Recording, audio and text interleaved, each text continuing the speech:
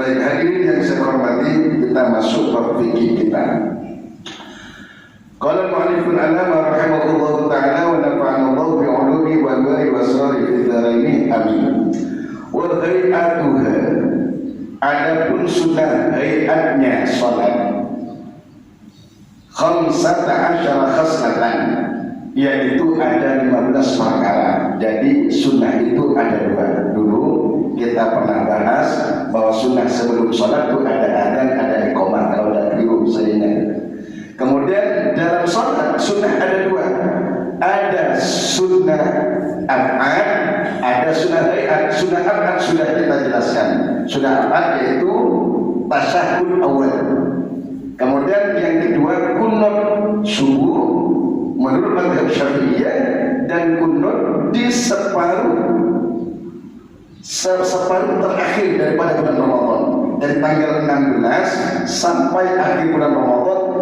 Kunut di sholat witirnya itu sunnah menurut mazhab Syafi'iyah. Kalau ada orang yang tak kunut di sholat subuh, Pak Ustaz, mungkin dia ikut mazhab Hambali atau ikut mazhab Hanafi. Karena yang tak kunut itu Pak, mazhab Hanafi dan mazhab Hambali. Kalau yang kunut mazhab Maliki, mazhab Syafi'i. Tapi bedanya kunut Maliki dan Syafi'i, kalau Maliki kunut sebelum ruku, kalau Syafi'i kunut setelah ruku. Dan kita mayoritas di Indonesia banyak yang ikut mazhab Syafi'i. Jadi kalau ada orang sholat, misalnya ketemu sholat sholat, Allah Akbar, ternyata sebelum ruku dia kunut, berarti mungkin mazhab Maliki. Jangan bilang, oh, kamu sesat ya, tadi kamu kunut terus sebelum ruku. Enggak. Jadi kalau orang itu tahu ilmunya, enggak berani mengatakan pada saya, kamu sesat ini, bid'ah kamu ini kunutnya. Enggak. Ada hadisnya. Yang tak kunut ada hadisnya, yang kunut ada hadisnya. Kita yang kunut jangan membid'ah-bid'ahkan saudara kita yang tak kunut. Yang kunut muda, yang tak kunut muda jangan membid'ahkan saudara-saudara kita yang kunut. Cuma kan kebalikan, kita semuanya yang kunut dituduh bid'ah terus, jualannya cuma bid'ah saja, sehingga seolah-olah sempit. Maka penting ngaji ilmu itu penting. Maka saya berterima kasih kepada pengurus masjid, kepada Pak Wali, Pak Ustaz kita, berterima kasih karena telah memberi kesempatan kepada kami untuk sama-sama mengkaji dan mengkaji ilmu Allah Ta'ala. Mudah-mudahan ini bermanfaat bagi kita semua. Amin Allahumma amin. Kemudian yang kedua, sunnah hay'at. Sunnah hay'at ini adalah sunnah yang dia kalau tidak ditinggalkan dia tak sunnah untuk sujud sahwi. Kalau kunut sunnah al tadi, kalau dia ditinggalkan dianjurkan untuk sujud sahwi. Misalnya tak kunut, maka ternyata ingat, tapi ingatnya itu sebelum sampai. Misalnya saya contohkan ini, misalnya sampai ini setelah sami Allahu liman hamidah subuh misalnya, tiba-tiba Allah, kalau setelah sendirian ingat, Masya Allah saya belum kunut, bangun tak apa-apa. Kalau misalnya imamnya, kalau dia bermakmum, subhanallah, bangun. Kalau sudah begini tegak, Allah, sudah sampai dahinya, sudah sampai ke jidat, lalu kata imamnya, subhanallah. Kalau imam yang paham dia tak akan kembali, dan makmum harus ikut dalam subhanallah satu imam, subhanallah. Gimana pun mengingatkan, karena bagaimana kalau sudah tegak seperti ini Pak, kemudian kembali, maka batalan sholat itu, batal sholatnya, karena sudah tegak. Kalau masih begini, subhanallah, kembali tak apa. Begitu juga dengan tasyahud awal. Misalnya imamnya lupa tasyahud awal. Misalnya setelah sujud rakaat kedua, Allah, subhanallah. Kalau imamnya sadar, berarti duduk. Cuma kalau tegak, subhanallah, kata subhanallah. Ternyata imam tak kembali, berarti imamnya paham bahwa jika dia kembali duduk, maka batal sholat. Berarti bagaimana kalian mau ikut? Nanti setelah itu kalau sudah akan ditinggalkan sujud bukan karena kita meninggalkan rukun atau sunnah akad di dalam sholat. Kapan sujud sahwinya? Sujud sahwi itu 2 kali sujud, sama seperti sujud kita yang sujud biasa itu. Bacaannya yaitu subhanalladzi la yanamu wa la yashu, atau subhanaman la yanamu wa la yashu, sama. Satu kali sama, 3 kali sama. Bangun lagi, rabbi firli warhamni wajburni. Sujud lagi, subhanallah yanamu wa la yashu, baru assalamualaikum warahmatullahi, assalamualaikum warahmatullahi. Tempatnya setelah tahiyat akhir sebelum salam. Kalau misalnya Ustaz kejadian lupa, ternyata sudah assalamualaikum, lupa misalnya, baru ingat bahwa tadi lupa, berarti langsung sujud sahwi, assalamualaikum nanti lagi. Begitu. Baik. Kalau sunnah ghaibah, yaitu sunnah yang apabila kita tinggalkan tak dianjurkan untuk sujud sahwi. Apa saja? Ada 15. Pertama, raf'ul yadaini, mengangkat kedua tangan inda takbiratul ihrami, ketika takbiratul ihram. Ini takbiratul ihram, mengangkat tangannya. Takbirnya itu rukun sholat, ngangkat tangannya sunnah ghaibah. Andai kata ada orang takbir langsung Allahu Akbar misalnya, tak ngangkat tangan sah, karena ngangkat tangannya ini termasuk sunnah ghaibah. Takbirnya itu yang rukun. Waruk'u inda ruku', dan mengangkat kedua tangan ketika ruku'. Allahu Akbar. Wa inda ruku' minhu, dan ketika bangun dari ruku'. Sampai Allah, cuma 3 aja yang sudah ngangkat tangan. 1 ketika takbiratul ihram, yang kedua ketika pengen ruku', ketika turun ruku', yang ketiga wa inda ruku' wa indar minhu, ketika bangun daripada rukuk itu. Setelah itu tidak sunnah angkat tangan. Jangan mau sujud sunat tangan sampai Allah, tak sunnah. Tapi walaupun ada yang angkat tangan bukan berarti batal ya. Kemudian wa yamini ala shimali wa yakunani tahta sadrihi wa fawqa suratihi, dan termasuk sunnah ghaibah meletakkan tangan kanan di atas tangan yang kiri. Wa yakunani tahta sadrihi, dan dia berada di bawah dada. Wa fawqa suratihi, dan di atas pusatnya, berarti pertengahan.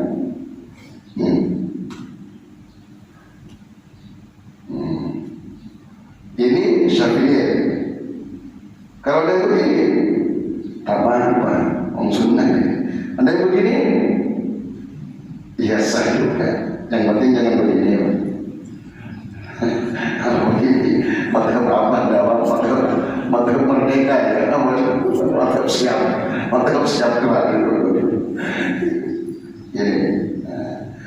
Watawajjuh ay qala al-musalli akibat tahun wajjah wajhiyah, dan termasuk sunnah bid'ah yaitu membaca doa iftitah. Ini ada yang mengatakan ini wajjah wajhiyah, ada langsung ada ininya sama. Wajjah wajhiyah alladzi fatara samawati wal ardh, sama-sama boleh. Yang membaca pakai ini boleh, yang membaca tak pakai ini boleh.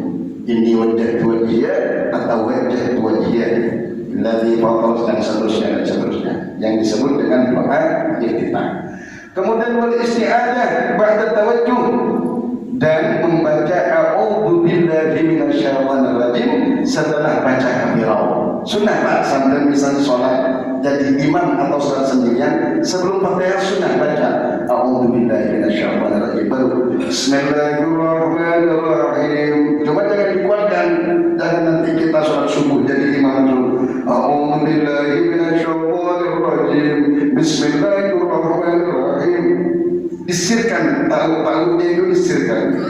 Kemudian wal afdal wal jahru fi mawdihi, termasuk sunnah menyaringkan bacaan yang nyaring di tempat yang harus dinyaringkan. Di mana saja, yaitu subuh, salat subuh dua-duanya, rakaat pertama kedua, wa salat maghribi wal isya'i, dan salat maghrib 2 rakaat daripada pertama dan kedua salat maghrib. Rakaat kedua dan pertama dan kedua salat isya, wal jum'ati, dan sholat rakaat pertama kedua sholat Jumat, wal idain dan sholat hari raya Idul Adha dan Idul Fitri, itu sunnah untuk dinyanyikan bacaannya. Kalau jadi imam ya imam, kalau sholat sendirian nyanyikan tak apa-apa, sunnah hukumnya. Wal israru fi mawdihi, dan mensamarkan di tempatnya, yaitu kapan? Berarti selain itu yang disebut mensamar, bacanya sama maksudnya Bismillahirrahmanirrahim, alhamdulillahirabbil alamin. Tapi samarnya harus terdengar telinganya sendiri, karena termasuk di antara syarat daripada rukun qauli, rukun bacaan harus didengar oleh telinganya sendiri. Seperti Fatihah, takbiratul ihram, tahiyat akhir, ucapan salam membaca salawat kepada Nabi dan keluarganya di tahiyat akhir, dan ucapan salam pertama. Jika ini tak didengar oleh telinganya sendiri, maka dianggap tidak sah bacaannya. Kenapa demikian? Karena syarat daripada rukun qauli, rukun bacaan harus didengar oleh telinganya sendiri. Biasanya orang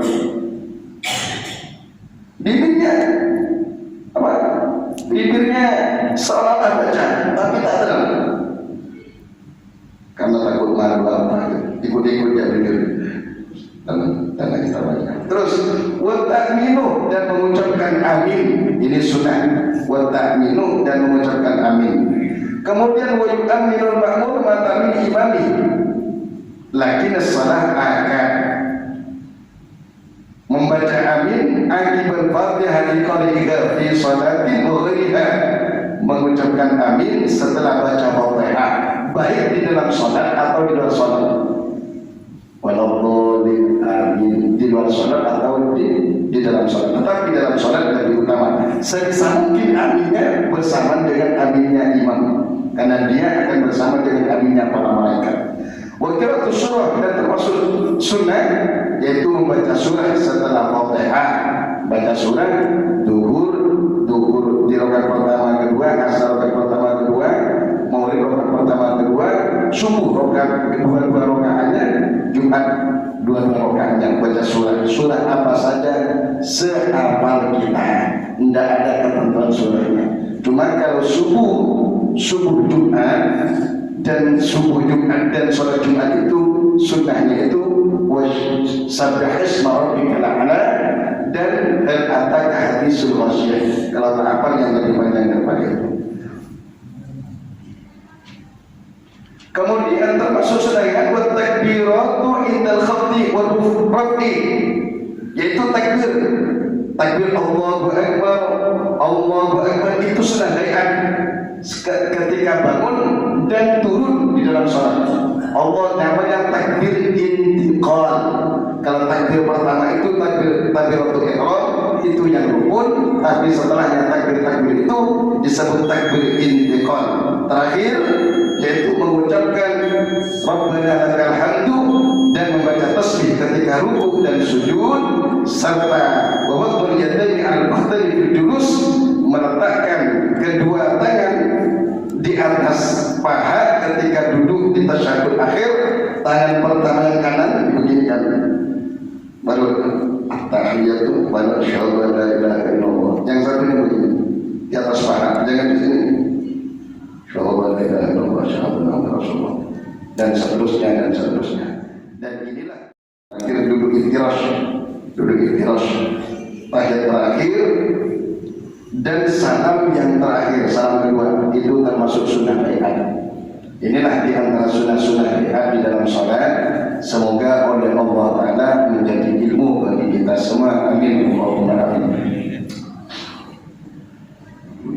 Baik, para jemaah sekalian, demikian share penyampaian ilmu dari kita di Syamsuddin, terutama di dalam hal sholat, bukan sholat, maksudnya dalam hal perkara sunnah di dalam sholat.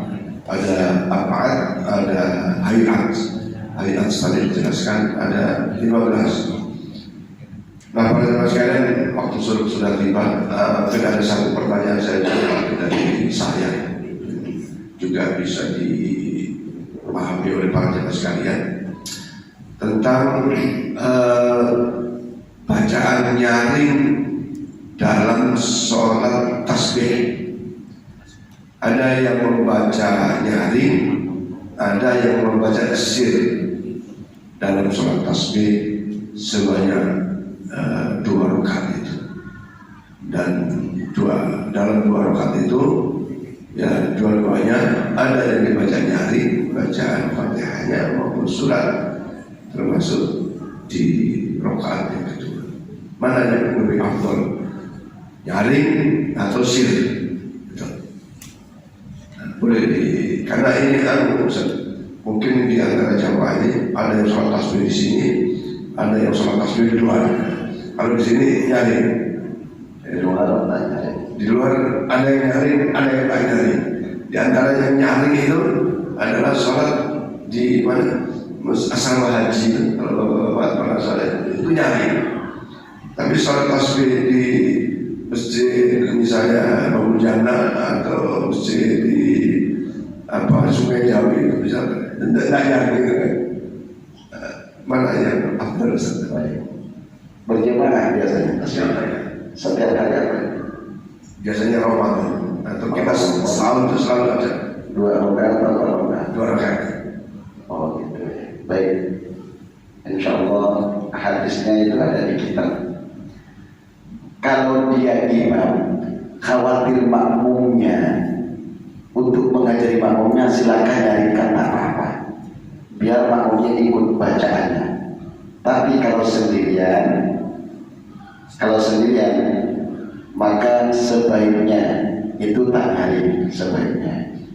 Sebenarnya sholat tasbih ini 4 rakaat. 4 rakaat. Ya. Oh ya, 4 rakaat dan utamanya luar biasa. Dengan sholat tasbih itu kalau kita di pondok melakukannya setiap malam Jumat untuk mengajarkan santri. Tapi di pondok Nurul Alamin dulu saya pondok setiap malam. Berarti ikut dia setiap hari ini, ikut hadis yang setiap hari. Tapi ada yang hari kalau di masjid sini berarti ikut hadis yang setiap tahun. Cuma ketika Ramadan setiap tahunnya bisa malam. Terus subhanallah, itu kalau dilakukan dosa, kata Nabi ada hadis ini, dosa yang berlalu, dosa yang akan datang, dosa yang kecil, dosa yang besar, sengaja, tak sengaja, kalau ikut hadisnya ini, insya Allah diampuni oleh Allah Ta'ala kalau sholat tasbih. Sehingga niatkan selama hidup, selama oleh Allah Ta'ala sehat di Ramadan, alhamdulillah ini termasuk amal. Jika ini diteruskan oleh generasi-generasinya, jadi amal jariah bagi orang tuanya. Sholat tasbih, sholat luar biasa, sunnahnya Nabi Muhammad SAW. Mungkin itu Pak Haji yang dapat saya sampaikan. Bismillahirrahmanirrahim. Allahumma anfa'na bima 'allamtana wa 'allimna ma yanfa'una warzuqna ilman alladhi yanfa'una. Alhamdulillah ala kulli halin wa na'udzu bika min ahwali ahli nar. Subhanaka Allahumma wa bihamdika asyhadu an la ilaha illa anta nastaghfiruka wa natubu ilaik. Sallallahu ala sayyidina Muhammad wa ala alihi wa sallam. Alhamdulillahi rabbil alamin. Assalamualaikum warahmatullahi wabarakatuh. Demikian mudah-mudahan banyak manfaatnya bagi kita sekalian, dan mari kita akhiri dengan berdoa. Allahumma shalli ala sayyidina Muhammad sallallahu ala Muhammad sallallahu alaihi wasallam sallallahu ala Muhammad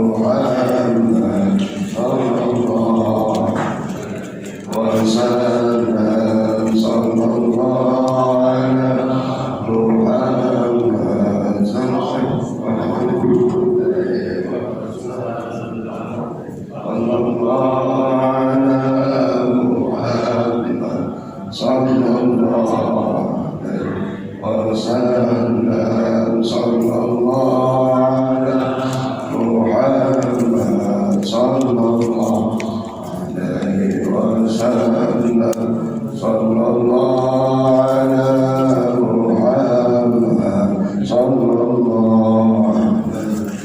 wasallam sallallahu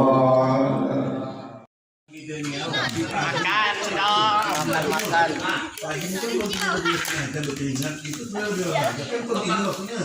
Iya, itulah kata saya tadi. Tapi ada nggak ketemu?